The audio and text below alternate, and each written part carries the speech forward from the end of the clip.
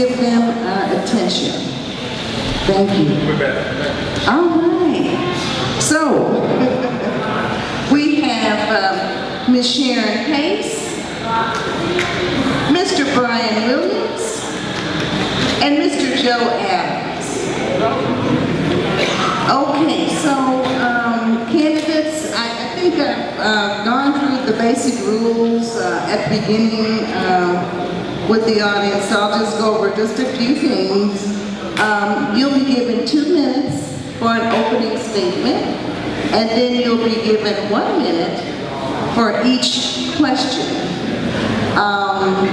You'll then be given 2 minutes for our closing statement, and our timer here will let you know when you have only 30 seconds remaining, and then when your time's up, you'll see the stop sign.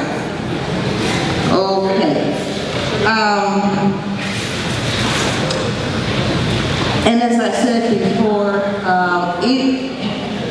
each candidate has the right to answer any question asked of another candidate. So as a matter of fact, we just pose all the questions to all the candidates.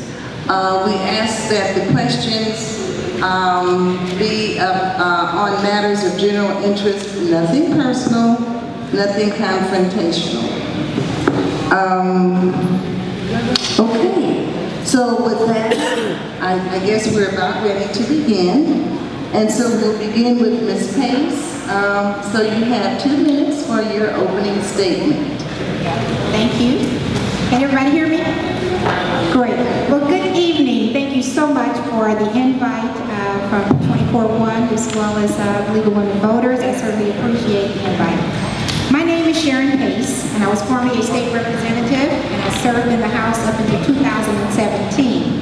I'm currently a candidate for the 14th Senatorial District, and I also was an alderperson for the city of Northwoods for 9 years, which is right around the corner. I've also been a patient council director for several hospitals. So as you know, healthcare is one of my pet peeves.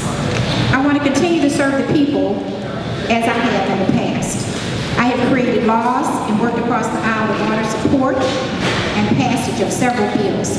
As ranking member of the Revenue, Transportation, and Economic Development, I secured additional $5 million for senior citizens and their Meals on Wheels to continue that program. I've also been able to work to garner support and not cutting funding for our Black History Museum.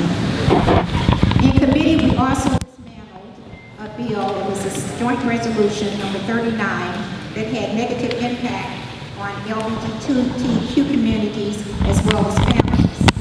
And we had to work across the aisle in order to do that, with only 3 Democrats being in that particular committee. I've served on several boards in the county and the city. But needless to say, you probably want to know what have I done lately since I have not been in office a year and a half. So I'm going to tell you a little bit about that. I've been working diligently with communities, partnership, and collaborations. We've been able to put 500 pairs of new shoes on our children. I've been able to, along with the collaboration, partnerships, been able to supply 1,500 backpacks to our children. Thank you so much. Okay. Mr. Williams. First, I want to thank 24-1, the League of Women Voters, as well as the St. Louis Post-Dispatch for hosting this forum today. My name is Brian Williams, and I'm a candidate for State Senate here in District 14. I was raised by a grandmother who's a retired auto worker, who retired from Chrysler, who is here with us today. My mom, who actually worked around the corner at the McDonald's in North Oaks Plaza, but now is a steel worker at Husband and Bridgeton, who's here. And I grew up in Ferguson, and I graduated from Hazelwood Central. Went off on a full-ride scholarship to Southeast Missouri State University, then graduated from Washington University with a master's degree in public policy and legal studies. Went off to work for our local congressman, Representative Clay. I did that for 8 years, and in that capacity, I was able to oversee the rollout of the Affordable Care Act marketplace under President Obama's administration. I was able to work to clean up a radioactive waste site, Carter Carburetor, which is right down next to Sportsman Park. I was also able to serve as a board director for People's Health Center, where I advocated for a mental health facility that focuses on mental health disparity for children in underserved communities. We also put a facility in a Ferguson location in Snooks, right at South Florissant at Airport Road. And I was also able to work with Senator Roy Blunt, who I don't agree with about anything, but we were able to appropriate $4 million to the state of Missouri that solely went to mental health disparity and the opioid crisis for community health centers. This is solely about sending a fresh voice to Jefferson City that understands how government works, and that's also going to work hard to be in the community and be a role model for the next generation, as well as protect our seniors. Thanks a lot for your time, and I'm happy to be here. Thank you. Thank you. That's my family, no clapping. Mr. Adams. Hello. Is that on? Can you hear him? Hello. Is that? I didn't do it either. Could you let him use your mic just for a hot minute? Thank you. Hello. My name is Joe Adams. I am proud to be here. I'm one of your candidates for the Missouri State Senate in the 14th Senate District. I'd like to thank Beyond Housing and 24/1 for hosting this event, for the League of Women Voters for moderating, and for you, the audience, for coming out to listen to the candidates so you can make a good, informed decision on who should be your representative in Jefferson City. As I said, I'm Joe Adams. I'm proud of service to my cities, to my state, and to my nation. I'm a veteran, and I was able to use the GI Bill to go to college, get both a BA and an MA, and I even worked on my PhD. I'm a teacher. I was a professor of history at Merrimack Community College for 32 and a half years, service. I was a city official. I was a member of the City Council of University City, and I proudly served that city for 14 years as its mayor. I have served on many boards and commissions, some state, some board of directors, both private and public organizations. And I currently serve on those to provide good services for the people. My passion is serving the citizens of this district and of the state of Missouri. I want to make this state a better state. It can be. I want to thank you again for coming tonight. Thank you. Okay, so we'll start, since Ms. Pace started first with the opening statement, we're going to ask Mr. Williams to start us off with the first question. And then we'll rotate that way. And then toward the end, we'll ask Mr. Adams to start with the closing statements, and then we'll come to Ms. Pace. All right. There's a great deal of concern, as I'm seeing from the questions submitted, about gun violence in our community. What do you see as the best way to address gun violence in our communities? Absolutely, and thank you for the question. The best way that I think we should address gun violence is simply by, one, understanding how to navigate through government. As a congressional staffer, I worked with U.S. Probation and Parole to understand the impact that it has on our community when we have offenders that are committing crimes due to gun violence. My campaign has been endorsed by Mom's Demand Against Gun Sense Action, or Gun Action. First thing I'll do is I'll work for there to be background checks to make sure that they address it just like they do domestic violence. Anyone that has domestic violence history, anyone that has mental health issues, they would have to go through a registry where we would double check to close any loopholes and ensure anyone that's mentally unstable don't have access to guns.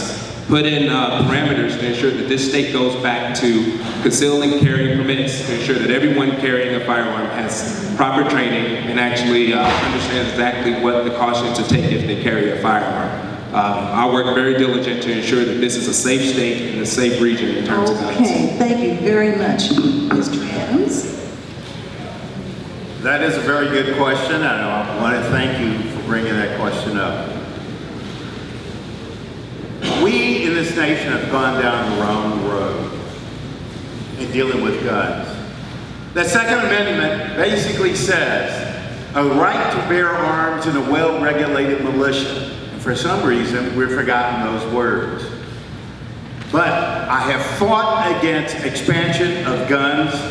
I fought in the legislature this year against allowing guns everywhere, including schools. It died in my committee where I fought it, and that's where we need to do is keep fighting the expansion of gun rights. We don't need more guns on the streets. That's the problem. We've got to figure out a way to legislate sensible gun laws. Thank you. Okay, Ms. Pace? Thank you. I think we all agree up here on that particular topic. I've served on the corrections board, and we certainly have addressed these particular issues. I believe also that we need more stringent laws when it relates to our gun laws. I am also a candidate that have been supported by Moms Demand Action, as well as the St. Louis Moms for the different organizations. But I do believe we need our SROs in our schools, and those are our service resource officers, as well as our community service officers. We need policemen on the street, so we need to make sure that we have community policing and make sure that they be aware of who really is hiring them and who they're protecting and serving. And they should have that collaboration with them and feel comfortable in talking to them and be able to get information where they feel comfortable in coming to the police officers and sharing that information so we can have some kind of control over the Okay, situation. thank you very much. So we'll start with Mr. Adams for the next question. What is your position on funding for higher education? Thank you for that question. I've been in the state legislature now for 4 years, and I've been on the Higher Education Commission. In fact, the first 2 years is appropriation. We do not put enough funding in our system, in our state budget for education. As I said, I was an educator for 32 and a half years, and I know what is necessary. Not only in higher ed, but we also got to put money in pre-K. But we need it. If we want to make this state great, you don't make it great by just cutting taxes for corporations. Corporate leaders do not want lower taxes. They wanted an educated workforce. And that's what we've got to do. We've got to put money in education so we can create that educated workforce so people will be able to get the jobs of the future. That's what we need to do. We're not putting enough money into it, and I will continue to push it. Thank you. Okay. Ms. Pace, I'm sorry. Yeah. Thank you. Thank you for the question. I think, first of all, we need to invest in early childhood education. It starts early in life, and we certainly need to put funding into that. We need to also look at our, as it stands now, the unions are actually having training that are in the schools currently. So they're doing apprenticeship programs. We need entrepreneurship programs as well. We need to make sure that our kids are prepared. All of our children are not geared to go to college, but we need to make sure that they have a successful life as well. And in doing that, it gives them that opportunity and that greatness and the hope that they can do something and be successful. Now also, I think, as far as the education and the dollars that go, they're steady cutting funding as we speak. And we need to make sure that people are on those committees and know the process in order to make sure fundings are geared towards the right sources. When the education bill came out, it was a charter bill, they had our children where they wanted to cherry pick them. They wanted to make sure that the kids had a background check before they could even go to charter school. Okay, thank you. All right, Mr. Williams. Can you repeat the question, please? Okay, the question is, do you support higher education? What is your position on funding for higher education? Absolutely. Thank you for the question. I do support higher education. I also support community colleges, and I also support creating funding and opportunities for trade schools, creating a pipeline between trade schools and high school, making sure that young people not only have access to jobs, but understand what jobs are available. So that's something that I work very diligently towards. Coming from a union family, I understand the importance of maintaining jobs in the workforce, and that college may not be intended for everyone. So not only would I advocate for higher education, I'll advocate for the workforce in terms of trade jobs, and also advocate for the historically black colleges here in the state of Missouri to continue to get their land grant funding as well. Okay, thank you. Okay, we'll start with Ms. Pace. This question is, what do you think is the responsibility of the state of Missouri to provide universal health care for all people? Well, I believe in universal health care. That's one of the topics and the concerns that I do have. I think the state is responsible, as well as the federal government. I think we should stop giving cuts to corporations and taxes, and I think we can fund it. I believe that the dollars are there, but we need to stop putting dollars at the 1% level and be sure that we are including and be inclusive of everyone. So the dollars are there, and we need to make sure that it goes in the right direction and support universal health care for all. Thank you. All right, thank you. Okay, Mr. Williams, same question. Yes, I do support health care for all. Being the fact that I understand in healthcare in the capacity of overseeing the rollout of the Affordable Care Act marketplace here in Missouri under President Obama's administration, I briefed every state and municipal elected official on what the federal government was doing.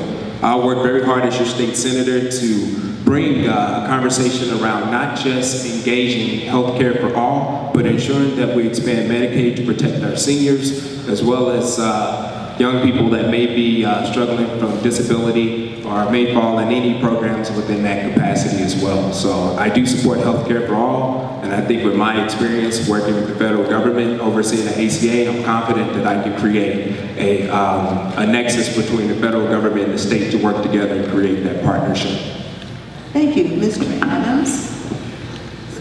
For the last 2 years, I have carried a bill, a legislation, to create single payer in the state of Missouri. It is extensive and it's paid for. This state of Missouri has an atrocious health system, and we've got to fix it. I mean, in the city of St. Louis and in the Boot Hill, we have some of the highest maternity and children death rates. We rival third world countries in that death rate. So we've got to do this. It will save the state money. It will improve the health of its citizens. And if we don't do it, we are failing the future. Thank you. So we'll start with Mr. Williams, this next question. What do you think needs to be done to maintain economic stability in North County? Thank you for the question. To maintain economic stability in North County is going to require partnership within government. I'm excited to work with the 24 mayors and talk about what's going on within their municipalities to ensure that they're getting proper support from the state. I'm excited about the fact that I have a working relationship with the entire congressional delegation to ensure that the federal government is bringing resources to our communities in terms of creating jobs.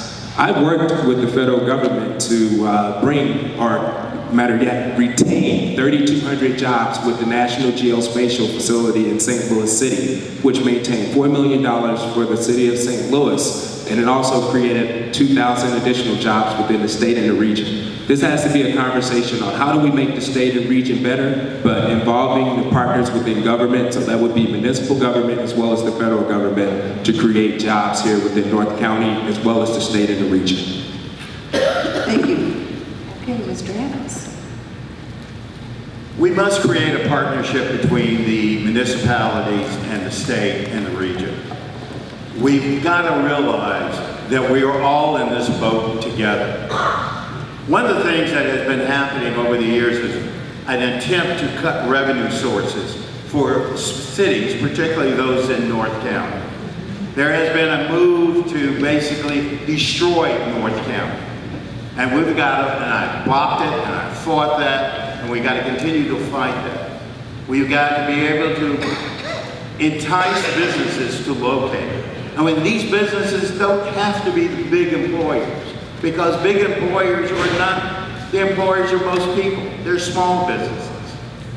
We've got to bring stores and shopping back to the region, and that will make it viable. That's what we've got to do, and we've got to do everything in our power to make sure that happens. Okay, thank you. Ms. Pace. Yes, thank you. I would say that, and thanks for the question, that we need to create those particular corridors where developers will want to invest. I know the 170 corridor and Olive are having some discussions about redevelopment. And some of the particular households, they do want to sell, but of course some of the businesses do not. So we have to get together, we have to look at the TIFs, we have to look at the CIDs, and make sure that it's going to benefit the community. We have to make sure that we don't continue to have the predatory lenders that come in our community and say that we need their taxes so we let them in, and you have 6 and 10 of those on one block. We need to look at what the situations are, and we need to work together with the other communities. But a lot of us are landlocked too. So there's no place, and a lot of developers don't want to come in. So we have to address the crime in the area as well, and we have to look at our housing stock and be sure that we keep our housing up to status. Thank you. Thank you. Okay, so we'll start with Mr. Adams with the next question. And speaking of tips, that's what this question is about. And it is that University City is proposing a tax increment financing proposal for developing the Olive And once. I-170 area. So the question is, do you support this TIF, the use of this TIF for this purpose? And yeah, so, and if not, why? Oh, okay. The answer is yes, I do support the use of tax increment financing and other things to help spur redevelopment. It is important. While I was mayor, I initiated a TIF in University City, and we got a full-service grocery store in University City. Thanks to that TIF, it paid it off, and it's now a full taxing entity. So you got to be careful, but it can work. The residents, most of the residents in that proposed area are supportive of this TIF. And in fact, one told me last week they would want it to be hurried up because they're ready to get to the next stage of their life. So yes, I do support it. You've got to be careful. You've got to make sure that nobody's disadvantaged, either the homeowners or the businesses. But they are an important spur to start something. But you got to watch, because some of them are crazy. All right, thank you. Okay, Ms. Pace. Thank you. Yes, I had just mentioned about the corridor and all. And there are concerns there. I think the last time I went to one of the meetings, they were trying to get the community more involved with it because the information was coming from the board and from the actual developer. So they were opening up that conversation. But I believe in the people making that decision. I believe in, it definitely needs to be something that's looked at thoroughly, because there are some good tips and then there are some bad ones, and they will put us in situations that we may not be able to get out of in the future. So I do support tips in a sense, but also it needs to be looked at and in depth. Thank you. Okay, thank you. Mr. Williams? Thank you for the question. First, with the TIF, we have to first and foremost make sure that municipal and county government is explaining to the community exactly what that process is from beginning to end. There has to be responsive and transparent government, first and foremost. Secondly, I do support the TIF if the tool is used properly, if it's inclusive to the community, if it's inclusive to business owners, if it's inclusive to the community. So in particular to this TIF in University City, if it's inclusive to homeowners, the community understands what the process is going to be from beginning to end, because I believe in transparency. I do think the TIF can be a good tool if executed properly. And then it also has to be a relationship with St. Louis County government, because they do have a TIF commission. And if that TIF commission does not approve this TIF, then it's really conversation for nothing. So I think it has to be partnerships in government as well as transparency with the community. With those factors involved, I would be in favor of a TIF within a community. Thank you. Thank you very much. Okay. Let's see, I guess we'll start with, is it Ms. Pace? Next, you get the next question? Okay. What is your position on Proposition A, the right to work? That's an easy one, thank you. No. It's simple and straight to the point. I do not support repealing the right to work. And I also have that on some of my literature that's going out. So the last piece of literature, I've been talking to individuals about that as I campaign even. I think it's a strike against working families. It's going to put us further back in time, like they're turning the clock back on a lot of issues, including voters registrations or whatever. But at the same time, we need to make sure that it does not hurt us, and that will hurt us. It will take us back to about, I think they said $8,700 less you will be making if right to work is voted in for those particular people. So we need to definitely work against that and make sure the unions are there to support us. We all have problems, but we know they are there and we know we can count on them. So I am for the unions and I am. Thank you. Mr. Williams. Yes, thank you for the question. As a candidate that's been endorsed by the UAW, the Carpenters Union, the St. Louis Labor Council, I'm proud to stand with unions. I come from a union family, so it's personal for me. As I told you guys earlier, a grandmother who was the first African-American woman to get an international appointment as an auto worker, a mom who works at Hussman in Bridgeton currently, a brother and sister who are also union carrying members. So it's personal for me. Not only will I work to defeat Prop A, but I also will stand with working families because I wouldn't be here without it. Thank you. Thank you. Mr. Adams. Thank you for that question. As Representative Pace said, it's a simple answer. Vote no on A. That's the answer. Just vote no on A. It's a bad proposal. I fought that legislation when it was debated in the legislature. I was one of the earlier signers of the petition, put it on the ballot. My father was a member of 3 different unions in his lifetime. I grew up in a union family, and that helped me move forward in life. My father was a member of the International Brotherhood of Sleeping Car Porters. He was a member of the AFL, and he's a member of the Teamsters. I support my union brothers wholeheartedly. Thank you. Okay, starting with Mr. Williams, what is the single most important issue in the 14th district, and what do you plan to do about it? Well, the 14th district is a very diverse district. It has one of the wealthiest municipalities in the state, as well as some of the more poverty-stricken ones in the state. So that's a very complex question, but I would probably say that the root issue is we have to focus on jobs. We have to make sure that our young people are going into the workforce effectively, whether it's trade jobs or coming out of college. We have to make sure that we are protecting working class people and underemployed people. As a congressional staffer, I coordinated a career fair that would bring out over 100 different employers and serve roughly 5,000 people throughout the state and region. So I think economic development, creating and promoting jobs would probably be the first and foremost thing that I focus on in the 14th district. Thank you. Mr. Adams. Very good question again. I think the most important issue for the 14th senatorial district is education.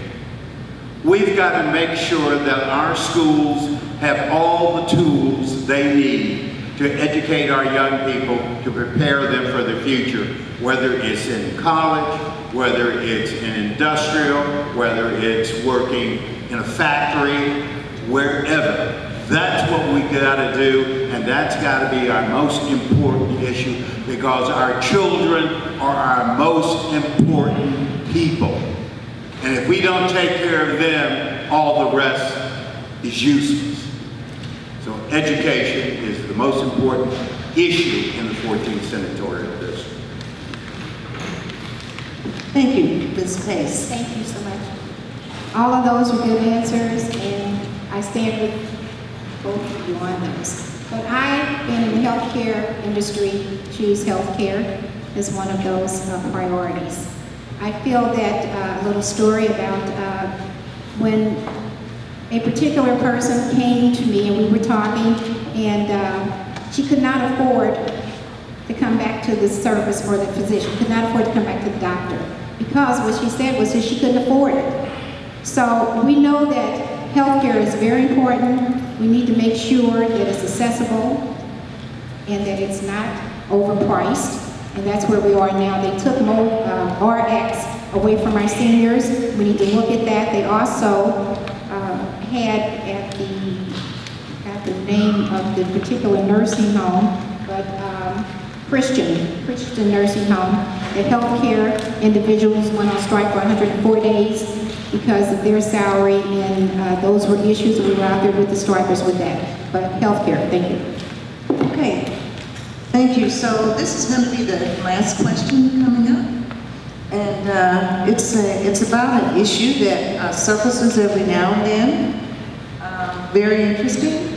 So we will start with Mr. Williams, I think. So the question is, what are your views on a city-county merger? Thank you for the question. In regards to a city-county merger, I would probably say first, we would have to look at that and see how we can effectively make it work for the city as well as the region. I think I would start with our 24 mayors in North County and sit down with them and see what their thoughts are. Come to a collective agreement, and then once we clean our house in St. Louis County, particularly North St. Louis County, then I think we can go to the table and see what the city is looking to do. But right now, I would probably say that it would be sitting down with the municipalities and figuring out what would be a clear and concise route to that. And then once I get their insight, that would determine where I stand in regards to a city-county merger. So as of now, no. But if we found a pathway down the road where everyone was included and we felt that it was equitable, yes, I would be in support of it. Thank you. Mr. Adams. That is a very complex question, because it comes down to what do you mean by city-county merger? It could be the city of St. Louis just becomes another city in St. Louis County. That's what it could be. I don't know. But whatever it is, the citizens of the region must be the determining factor of what happens to this region. Not somebody from Joplin. It has to be the residents of this area. We must be the driver of our ship of state. We must determine what our future is, nobody else. And that's what we should be working on. Not some rich guy who has a thing in the Central West End. That should not be the driver. It should be us, the residents. Thank you. Ms. Pace. Thank you. I would say at this particular time, that particular situation needs to be investigated a little more. I do believe in consolidating services to save the community's dollars. I don't know if there's a possibility that there's a debt that comes with that in the city-county merger. So that would have to be looked at. We need to definitely make sure that whoever has that deficit has to pay it off. And then there may be some reason or some way that you could collaborate in that particular merger together. But at this particular time, we need to be investigating more. We need more data, information, and it's up to the people. Thank you. All right. So, would you repeat your last sentence or two? I'll give her the sentence. Thank you. I was just saying at the end that I believe that the people need to be the ones to make that decision, and it depends on the city-county being merged, as one of the other panels said. We need to make sure also that there is no deficit, in a sense, that will be coming across to the county or vice versa. So we will all be on even playing field. But I don't see a merger at this time unless this relates to services where it will save the city's money. Okay, thank you. All right, so once again, with the time to close up has come all too soon. Good questions, great responses, and I want to thank you. So we're going to start with our closing statements, and we'll start with Mr. Adams. 2 minutes. 2 minutes. Give a microphone to a politician. I will again want to thank everybody for coming out tonight. You make it worth it. You are the reason why I'm here and the other 2 candidates are here. We're here to serve you, not ourselves. I am proud to be a resident of St. Louis County. I'm proud to be a taxpayer in St. Louis County. I'm proud to own an American-made product. If we want to create these jobs, we've got to try to buy America whenever possible. We've got to help our neighbors, be friendly to our neighbors. One of the things I used to say at the end of every council meeting when I was mayor, be kind to someone. You will confuse half the people, but be kind to someone. Again, I want to thank 24-1 for naming me last year as the Legislator of the Year. That was a great surprise and honor for me. Again, thank you, and you all have a safe night, and may God bless.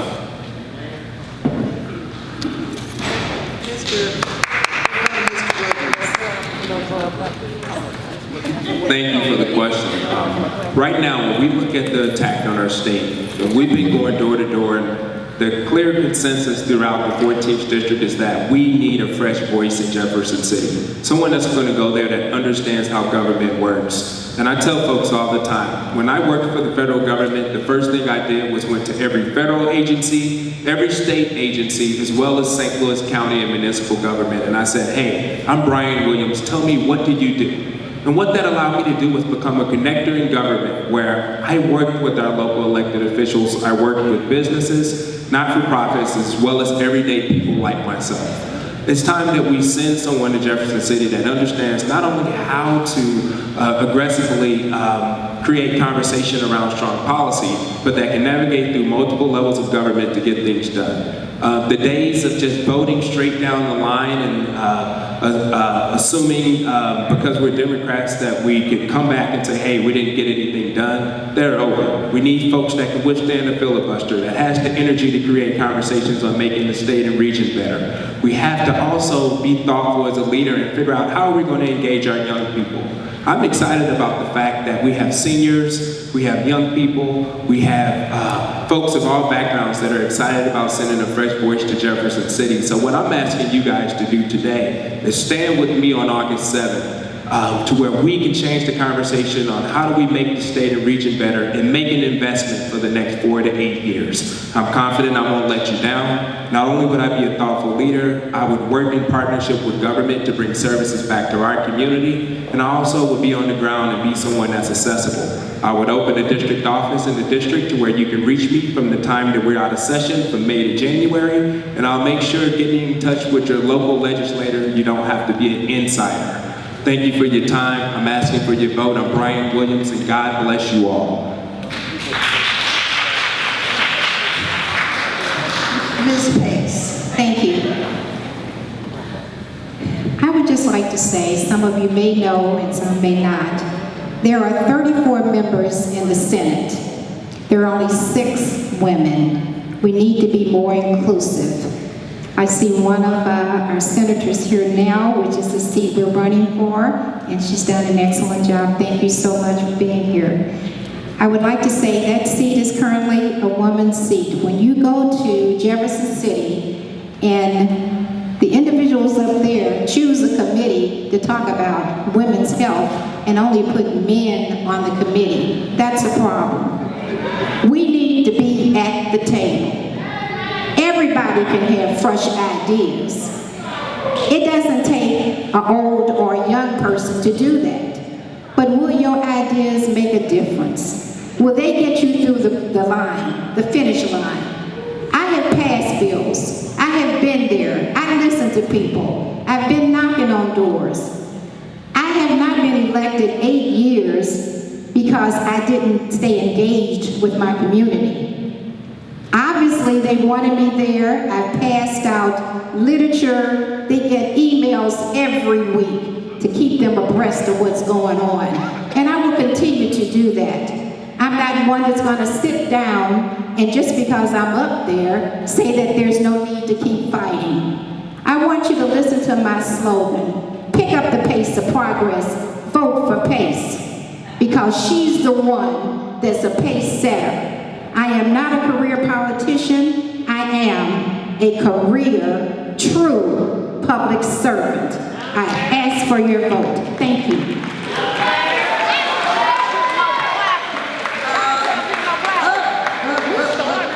Okay, thank you.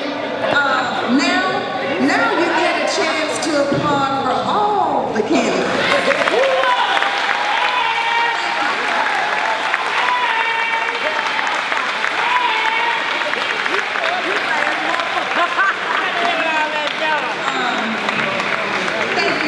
Thank you so much, candidates, for being willing to serve.